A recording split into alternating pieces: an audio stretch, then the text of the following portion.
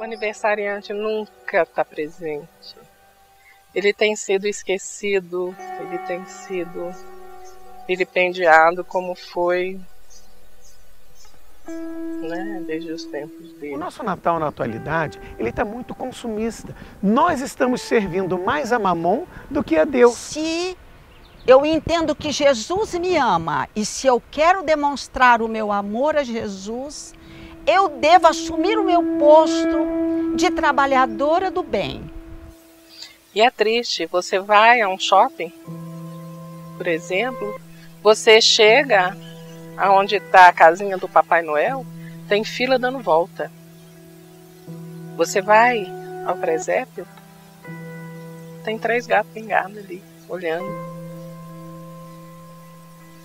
E aquela coisa maravilhosa, né? Que nos shoppings grandes eles fazem um presépio, uma coisa maravilhosa. As pessoas acabam se debruçando sobre os interesses materiais, a ânsia de adquirir, a ânsia de comprar, a ânsia de usufruir dos prazeres que os objetos, né, terrenos oferecem. E Jesus, que é o grande aniversariante, é a figura mais importante da data, acaba sendo relegado a um terceiro, a um quarto plano.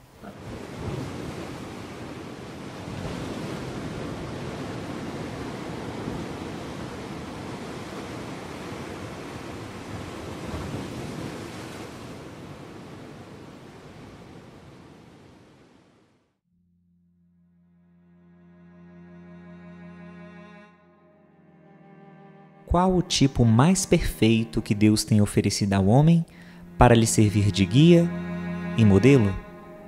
Vede Jesus.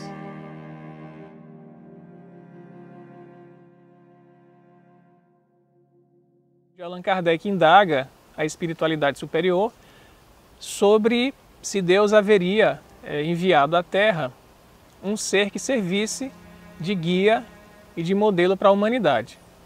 Essa pergunta Allan Kardec faz após questionar os espíritos sobre a lei de Deus e sobre como a gente pode ter acesso a essa lei. E a resposta à questão 625 é uma das mais curtas, ou se não a resposta mais curta do Livro dos Espíritos, que é Vede Jesus. Então, como os espíritos próprios revelaram a Allan Kardec, Jesus constitui para nós o tipo mais perfeito que Deus ofereceu à humanidade para servir de guia e de modelo.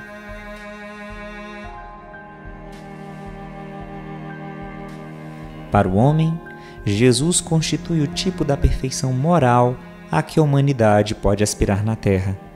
Deus nulo oferece como o mais perfeito modelo, e a doutrina que ensinou é a expressão mais pura da lei do Senhor. Porque sendo ele o mais puro de quantos têm aparecido na terra, o Espírito Divino o animava. Jesus é o nosso irmão mais velho, é o guia, modelo da humanidade, é o nosso educador por excelência. Graças a ele, nós estamos aqui para aprendermos a sermos bons e justos. Jesus foi um homem que viveu no primeiro século, no que hoje é o Estado de Israel, e que, segundo o Novo Testamento, né, parte dos livros bíblicos, sobretudo as narrações de Mateus, de Marcos, Lucas e João, Jesus viveu ensinando por toda a região da antiga Palestina e também curando moléstias, trazendo esperança a um povo tão sofrido que vivia sob o jugo do Império Romano.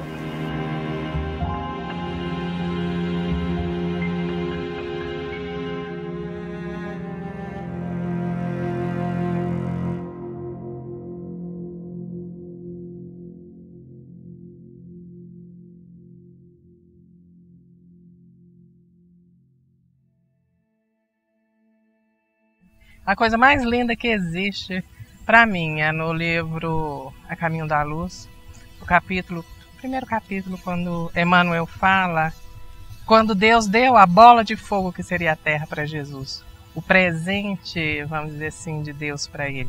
E ele criou essa maravilha toda para nós. Jesus recebe de Deus a missão de criar o planeta Terra criar, literalmente, reunir os fluidos, reunir os elementos e constituir a massa planetária. E ele passa a ser, então, o governador, né, o líder do planeta em todos os assuntos. Então ele não pode, né, dispensar esse cuidado porque é a tarefa que o Pai confiou para ele. E na obra Brasil, Coração do Mundo, Pátria do Evangelho, do Espírito Humberto de Campos, ele também nos relata as ações diretas de Jesus no plano espiritual, junto a líderes que ele nomeou para as nações. Então são muitos os relatos e muitas as referências que atestam, sem sombra de dúvida, que nós não vivemos desamparados, mas que sobre nós paira a figura do Cristo, a nos guiar permanentemente.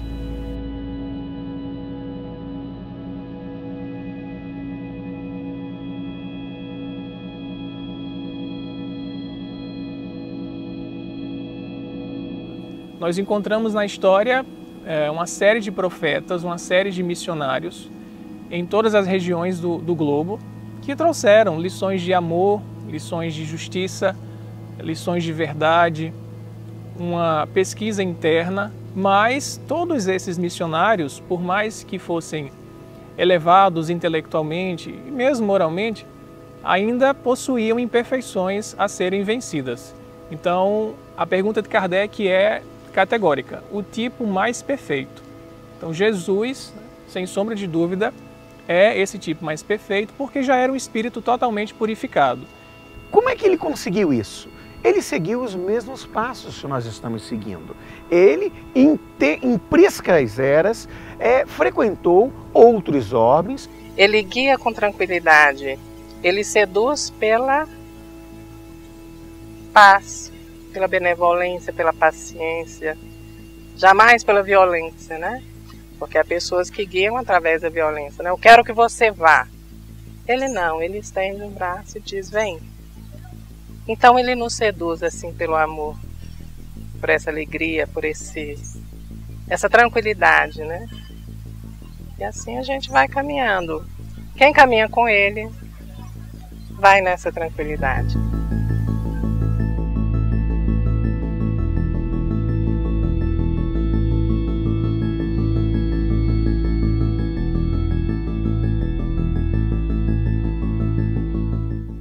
Ninguém se dá o trabalho de buscar realmente essa personificação da bondade, né, de Deus, o retrato de Deus que nós temos na Terra. Nós vamos deturpando. Porque é interessante para nós, né? Porque a gente tem vergonha dos próprios erros. Né? É muito mais fácil eu pensar que ele não existe ou que ele é só um profeta ou é só aquele cara ali. Bem mais prático.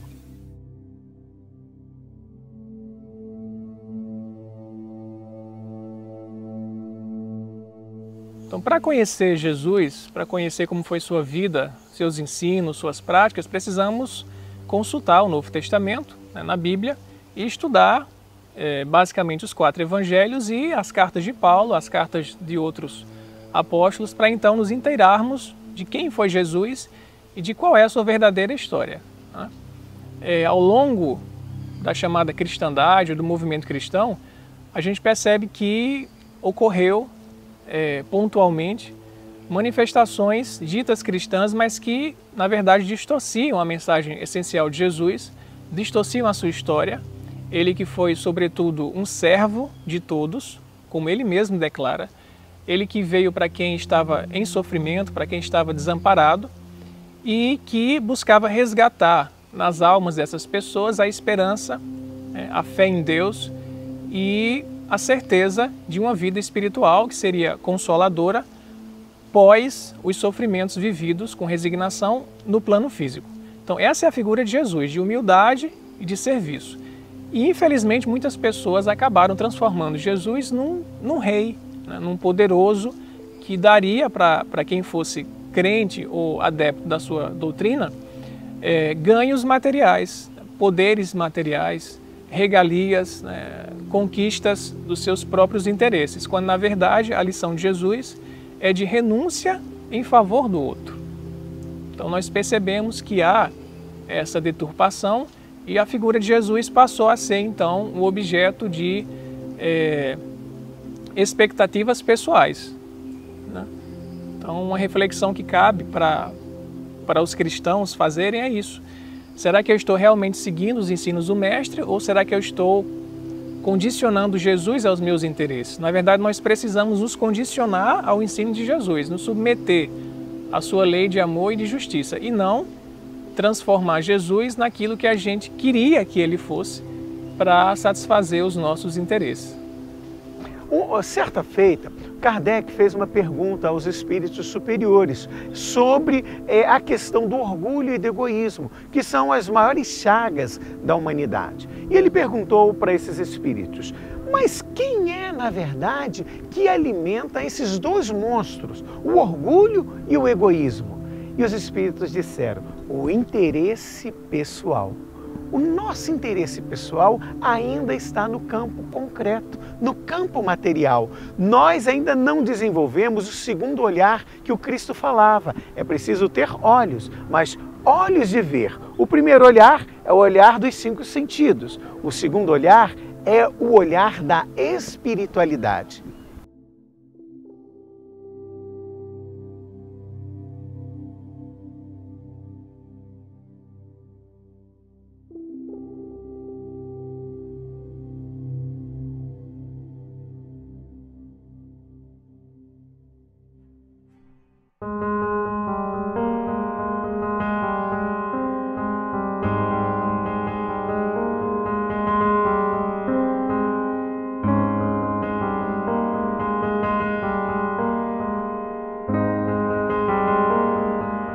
O nosso Natal, na atualidade, ele está muito consumista. Nós estamos servindo mais a Mamon do que a Deus, porque o reino de Deus está dentro de nós. É um reino de valor, onde o elemento material não tem acesso. Essa verdade, o Natal como sendo o nascimento do Messias, né? A vinda daquele ser mais iluminado para guiar os nossos caminhos, e olharmos para a situação atual do mundo durante esse período festivo, infelizmente nós constatamos que não há uma correspondência perfeita ou de maior aproximação com o significado real do Natal. Ano passado eu fiz essa experiência e eu estava no shopping e vi aquela fila gigantesca, dando voltas e voltas. Eu falei, o que é isso? Era a casinha do Papai Noel. Falei, bom, no outro extremo estava um presépio. Nunca vi um presépio tão bonito, lindo, lindo, lindo, maravilhoso. Não tinha ninguém.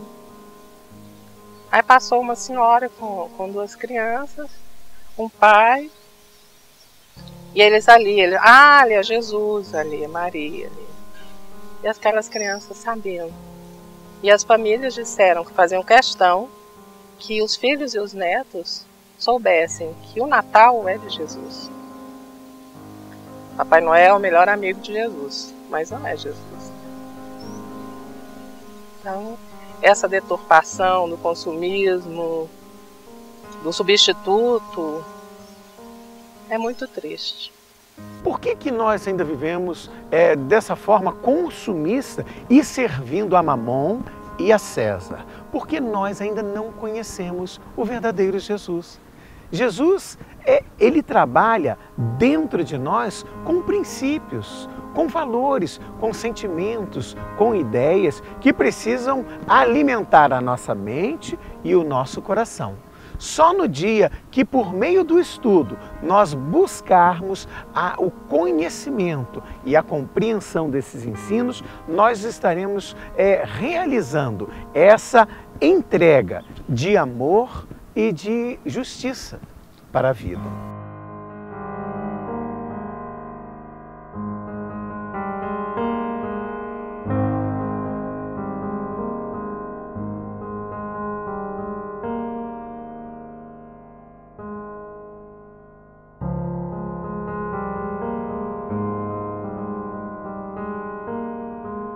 E o pior de tudo não é que isso ocorra de uma forma, creio eu, tão massificada, com pessoas que não entendem a essência do cristianismo. Porque se elas não entendem, se elas não têm Jesus como referência, elas podem, de uma forma justificada pessoal, dizer, bom, mas eu não conheço Jesus, eu não tenho simpatia por Jesus, não sinto a verdade de Jesus, então não tenho por que eu celebrar o nascimento dessa personalidade.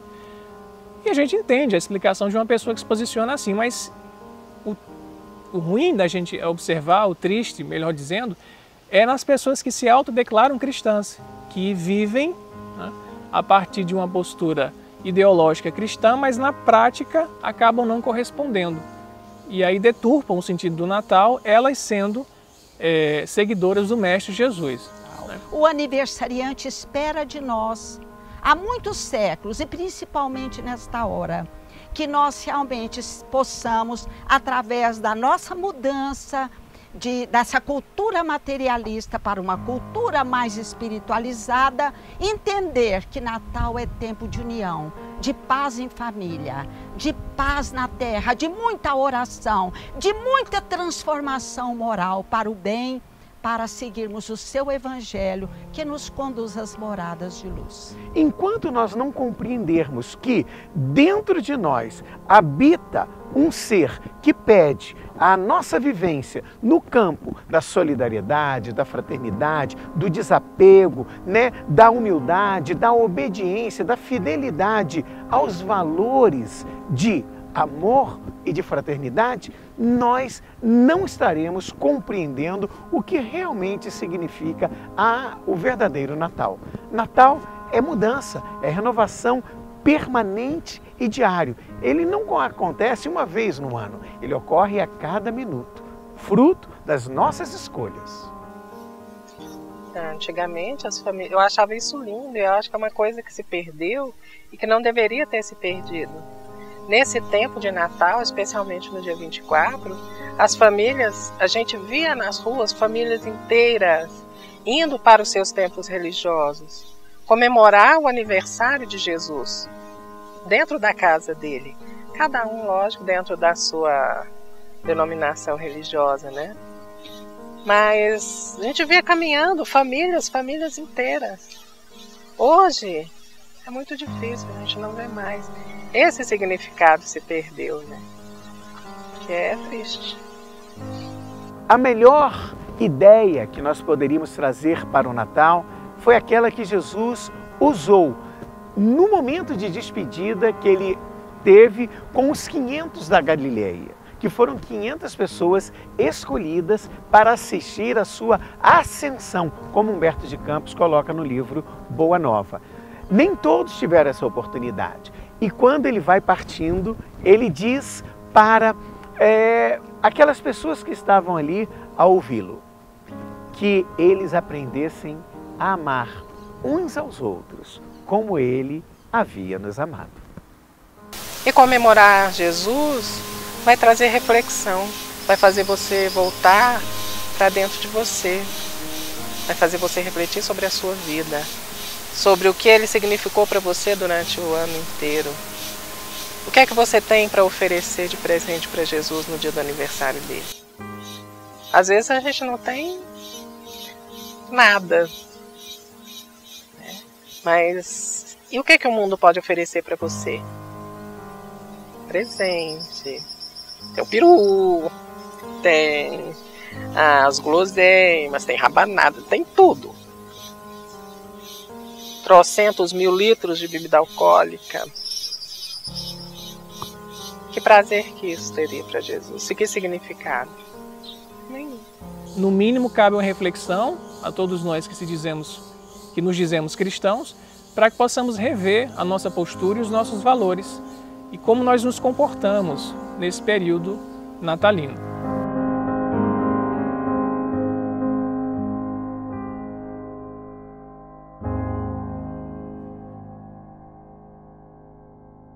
Jesus é absolutamente simples.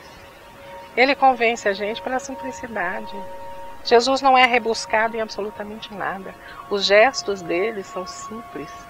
Ele é absurdamente simples. Mas nós somos complicados e queremos complicar Jesus, né? Então, Não há por que fazer isso. Quando a gente pensa que a nossa vida pode ser muito melhor se nós descomplicarmos, aí nós vamos lembrar de Jesus. Nossa, não é que ele é simples também? E ele vai se aproximando da gente. Jesus, como educador, nos disse que o reino dos céus não está no mundo exterior, mas está dentro de nós. Nos revela que o reino de Deus é um reino de valores. E esses valores se resumem apenas em dois: um reino de inteligência e um reino de amor. O que é que ele fez quando passou pela terra? Por que é que ele se deixou crucificar? Por que é que ele caminhou um caminho tão difícil, cercado de tantas dificuldades e sofrimentos, se ele não tivesse nos demonstrado através da sua exemplificação a importância do amor-perdão, do amor-compreensão, do amor-entendimento, do amor que auxilia. E é nesse instante que nós relembramos essa passagem de Jesus, que nós entendemos que aquele que ama auxilia, aquele que ama ajuda, porque é impossível eu dizer para alguém que eu a amo se eu cruzo os meus braços e se eu não faço nada para auxiliar, para ajudar, para demonstrar à criatura que sem o amor na vida, que é o amor que nos entrelaça, nós jamais sairemos do labirinto da vida, dessa caminhada tão difícil, se nós não dermos as mãos uns para os outros. Jesus salva, é verdade, mas a salvação exige esforço, não é? Como diz Emmanuel para nós, quem está dentro de um rio lutando para sobreviver, vai se salvar ao preço de rudes golpes. Ele vai ter que nadar, ele vai ter que se esforçar. Não é fácil, não. Estar com Jesus não é fácil. Ele está ali com a sua mão estendida, mas ele não vai tirar você do seu comodismo. Ele diz para você, vem, e você vai ter a sua luta íntima para ir até ele. Ele não vai te obrigar, nunca. Mas nós queremos uma coisa pronta. Nós queremos um milagre pronto. E esse milagre pronto que nós queremos e que nós nos revoltamos se ele não acontece, daí a gente diz que ele ou é mau ou não existe,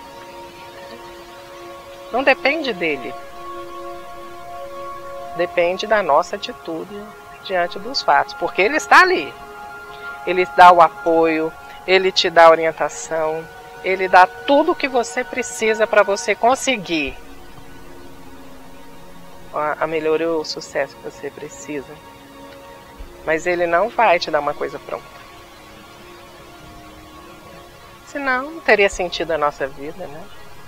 Aí existiriam privilégios e nós sabemos que ele não privilegia ninguém.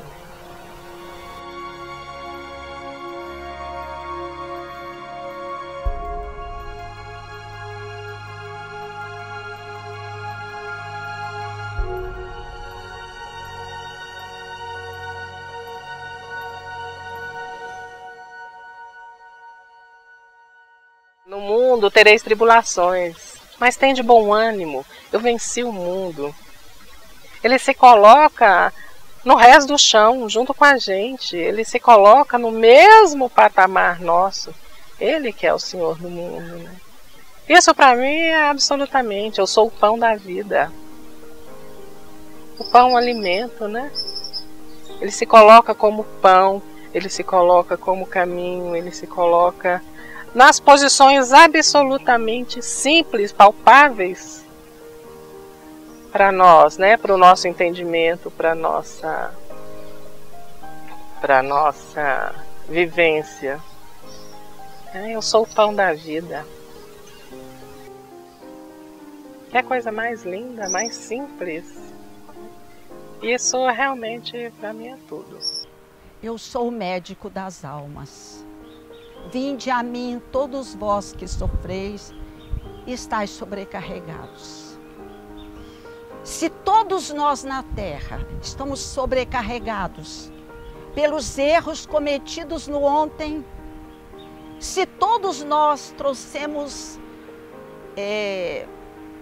dificuldades, sofrimentos, devido a toda a maldade, todo o erro, toda a ignorância que trouxemos do passado, quando Jesus nos fala, vinde a mim, todos vós que sofreis, e eu vos aliviarei, nós já vamos compreendendo que o remédio mais eficaz, que o remédio que realmente pode nos aliviar das dores que nós muitas vezes não sabemos o porquê, dos sofrimentos que nós muitas vezes achávamos que era injusto, das tribulações que nós somos acometidos e que muitas vezes nós esquecemos que viemos de um passado de erro, de sombras. Quando ele diz, vinde a mim que eu vos aliviarei, aí sim, a esperança cresce em nós. E nós aí nos entregamos a Ele, porque daí para frente nós sabemos que só Ele pode nos aliviar das dores, do sofrimento e das provas que todos acumulamos para ser reparadas e corrigidas nessa hora. A parábola do filho pródigo é um exemplo vivo, porque nós que habitamos o planeta Terra somos o filho pródigo. Um dia, quando estávamos no reino dos céus, com o nosso Pai, pedimos a parte da nossa herança e saímos desse mundo espiritual para o mundo material. Aqui nós procuramos vivenciar e gastar com o tempo, com as experiências, com as nossas escolhas, as lições que são necessárias para que a gente possa enriquecer a nossa mente e o nosso coração.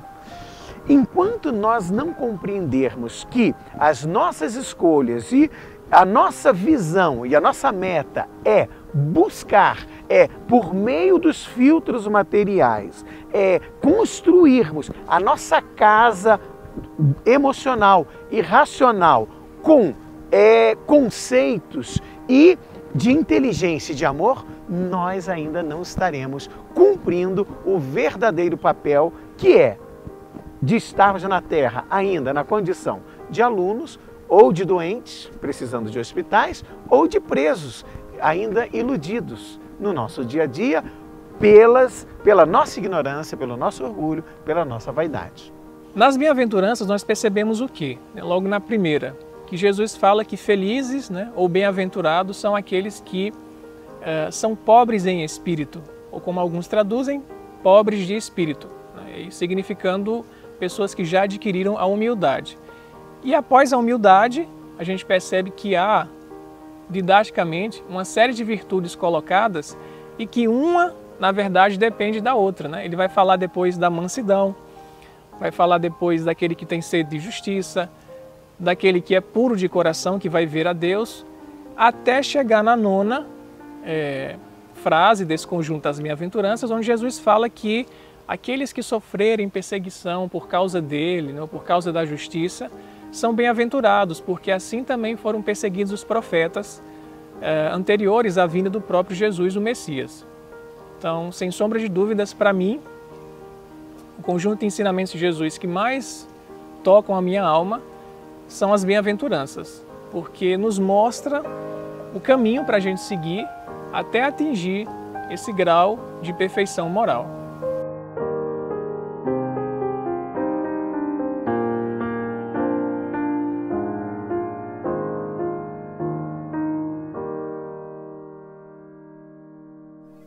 Pensa você sair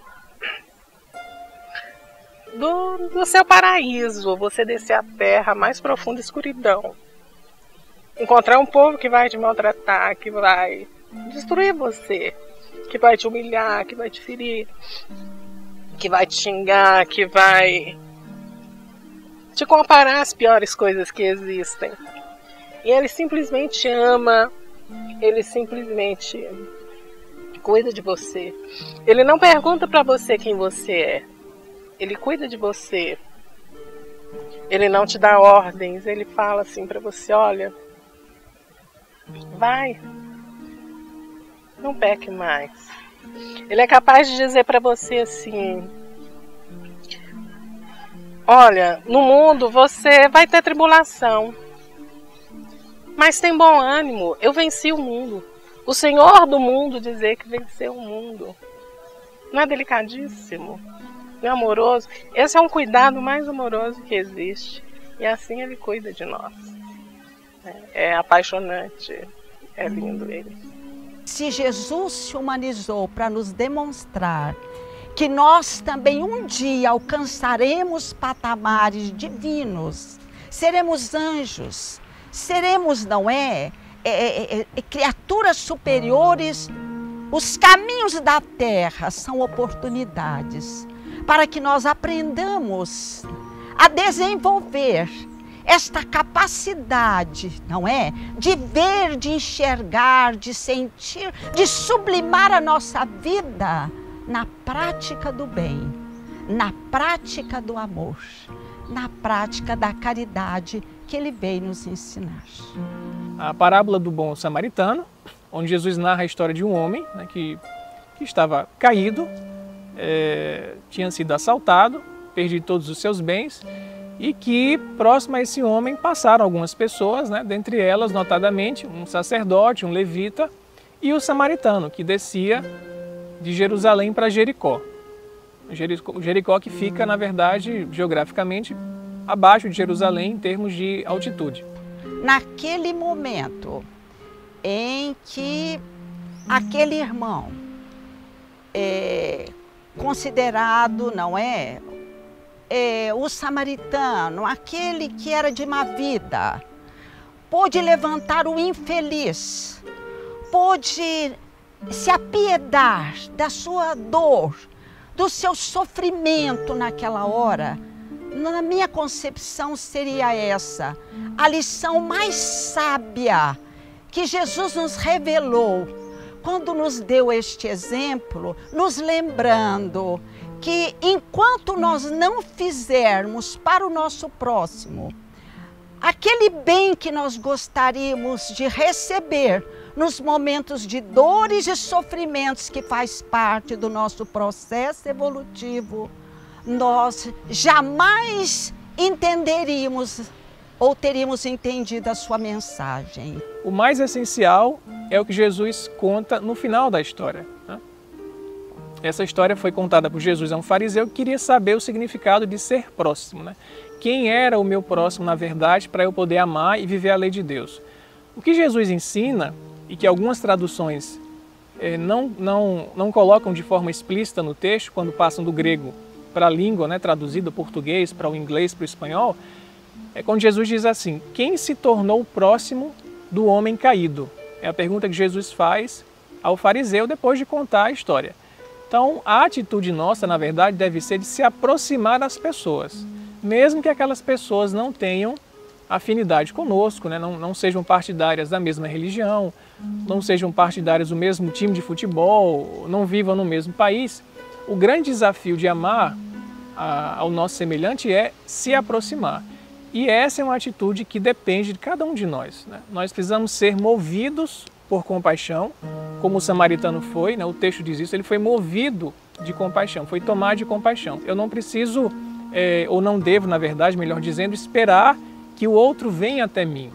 Enquanto cristão, eu preciso me aproximar do outro para poder atender às suas reais necessidades.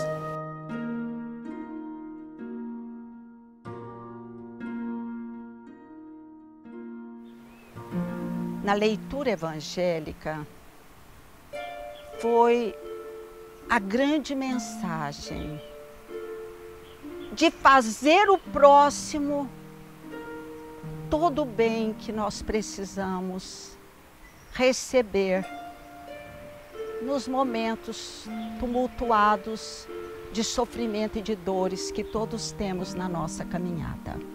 Então, fazer o próximo aquilo que nós desejamos para nós mesmos, olha, traz uma visão completamente diferente daquela visão anterior que nós tínhamos de Jesus e da vida.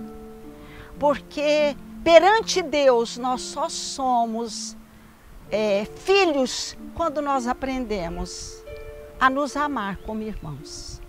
Então, se nós realmente já entendemos que o Pai é Pai de todos nós e que nós somos seus filhos independente de crença, de raça ou de partido, eu acho que esta visão que a doutrina espírita nos remete, quando nos ensina a caridade em todos os passos da nossa caminhada, eu acho que a lição mais esplendorosa do Evangelho é que nós façamos a outrem o que gostaríamos que o outrem nos fizesse.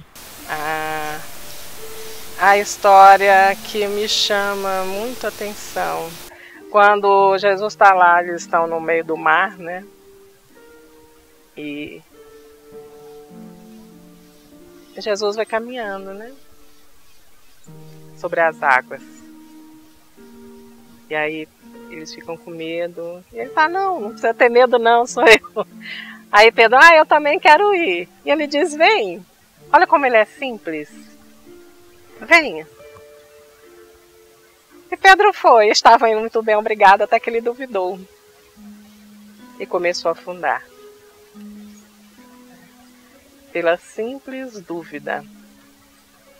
Quando a gente não sabe, como a nossa fé ainda é muito frágil, nós agimos como Pedro sobre as águas. Ele está ali esperando a gente, vem, está ali com as mãos estendidas. E a gente vai. Mas as águas são muitas, a gente olha para o lado, a gente duvida, fica com medo. E ali a gente começa a afundar.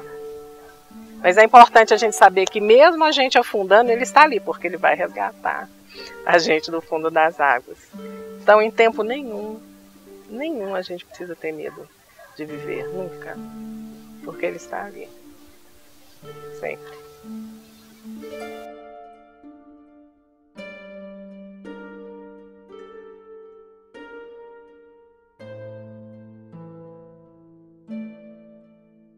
A minha relação com Jesus, eu tento colocar o mais perto de mim, mais perto.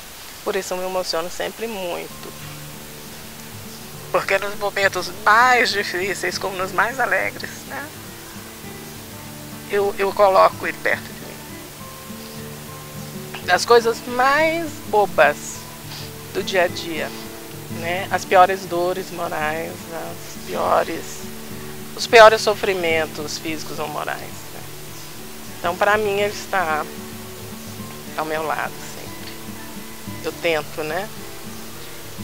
Evidentemente que a gente, no estado de atraso moral, por exemplo, da minha alma, para mim isso é crucial para eu poder viver, crescer, passar pelas provações, pelas dificuldades. Se eu pensar que ele está longe de mim, a minha vida não tem sentido. Não tem sentido nenhum. E ao conhecer o Evangelho, né, pela ótica do Espiritismo, a obra de Kardec, já tendo estudado algumas ideias da filosofia grega, de Sócrates e Platão e do próprio Allan Kardec, eu pude então conhecer o Evangelho com essa razão mais amadurecida e me emocionar muito com as narrações que os evangelistas trazem, sobretudo em relação a amar os inimigos, em perdoar as ofensas, que até então eu não tinha lido em obra nenhuma de forma tão marcante. Então a relação com Jesus ela é a mais profunda possível dentro das minhas limitações, em reconhecendo sem sombra de dúvida que Ele é o ser de maior elevação que nós temos como referência na Terra e de que nós somos, na verdade, necessitados por demais do contato com Ele. É uma constatação que nós fazemos quando conhecemos a nós mesmos, né? Quando decidimos fazer esse mergulho interior e percebemos o quão nós precisamos de Jesus. Então é uma relação diária, através dos estudos, através da compreensão do Evangelho e da aplicação desses mesmos ensinos nas situações mais difíceis da vida, que acabam me aproximando de Jesus, né? Eu sou consciente que a distância é muito longa, mas é um caminho gradual que nós percorremos com a ajuda do esclarecimento espírita. Então Jesus para mim é um ser muito caro, muito importante, que me referencia na minha vida nesta encarnação. Então, se eu amo, eu não somente devo ficar na casa espírita crendo, estudando, lendo, mas muito mais colocando em prática o meu estudo, o meu conhecimento, no entendimento de que eu me tornei dali para frente um instrumento de edificação espiritual. Então eu penso, na minha concepção, que chegou esse momento que nessa morada do Pai, que os espíritas, que nós que conhecemos essa realidade, nós temos que lembrar que nós agora temos que levantar a luz, não é? Façamos luz nesta hora de tanta treva, de tanta sombra e sofrimento, para que brilhando a nossa luz e muitas velas que significam essa luz, nós possamos clarear um pouco a psicosfera da Terra e permitir que o auxílio divino possa chegar nesta hora de tanto sofrimento e a Terra finalmente entender que muito mais do que crer e amá-lo de palavras, nós temos que amá-lo de coração, nas ações honestas, de me esforçando para ser, não é? Aquele ser mais útil que eu não pude ser até hoje, mas que daqui para frente eu posso ser, melhorando a minha disposição e meu esforço de me tornar melhor, de me realmente, de colocar, não é? O Evangelho em prática, na minha vida cotidiana, nas minhas ações, nas minhas palavras e nos meus pensamentos, porque aquele que o ama deve sempre se esforçar para pensar o bem, porque o pensamento pode irradiar o seu amor, facilitando a ajuda para milhares de criaturas que enxergamos e não enxergamos. Mas o papel de Jesus não foi simplesmente o de um legislador moralista, sem outra autoridade que a sua palavra. Ele veio cumprir as profecias que haviam anunciado o seu advento. Sua autoridade decorria da natureza excepcional de seu espírito e da natureza divina da sua missão. Ele veio ensinar aos homens que a verdadeira vida não está na terra, mas no reino dos céus, ensinar-lhes o caminho que os conduz até lá, os meios de se reconciliarem com Deus e os advertir sobre a marcha das coisas futuras para o cumprimento dos destinos humanos. Que neste Natal nós sejamos solidários uns com os outros, para que o nosso Natal seja verdadeiramente o nascimento de um novo tempo em que nós viveremos mais paz, mais harmonia, mais equilíbrio e alegria em toda parte e no caminho que nós vivenciamos esta existência. Então que nós possamos, cristãos ou não, adeptos da mensagem do Evangelho, ou descrentes, ou adeptos de outras religiões, outras filosofias, possamos aproveitar esse período que é tão propício para exercitarmos a caridade, o amor ao próximo, né, a compreensão das dificuldades do outro e renovar os nossos sentimentos para um ano seguinte que vai se iniciar e que ele seja de mais consciência, de mais abertura para o que é espiritual e de menos interesse próprio. Então esse é o recado que nós deixamos para que possamos ser uma humanidade mais feliz, já que vivemos tempos de guerras, de revoltas, de ódio. Então sejamos nós cristãos, ou homens de bem, no sentido mais amplo, os diferenciais para que a nossa humanidade encontre paz, encontre harmonia.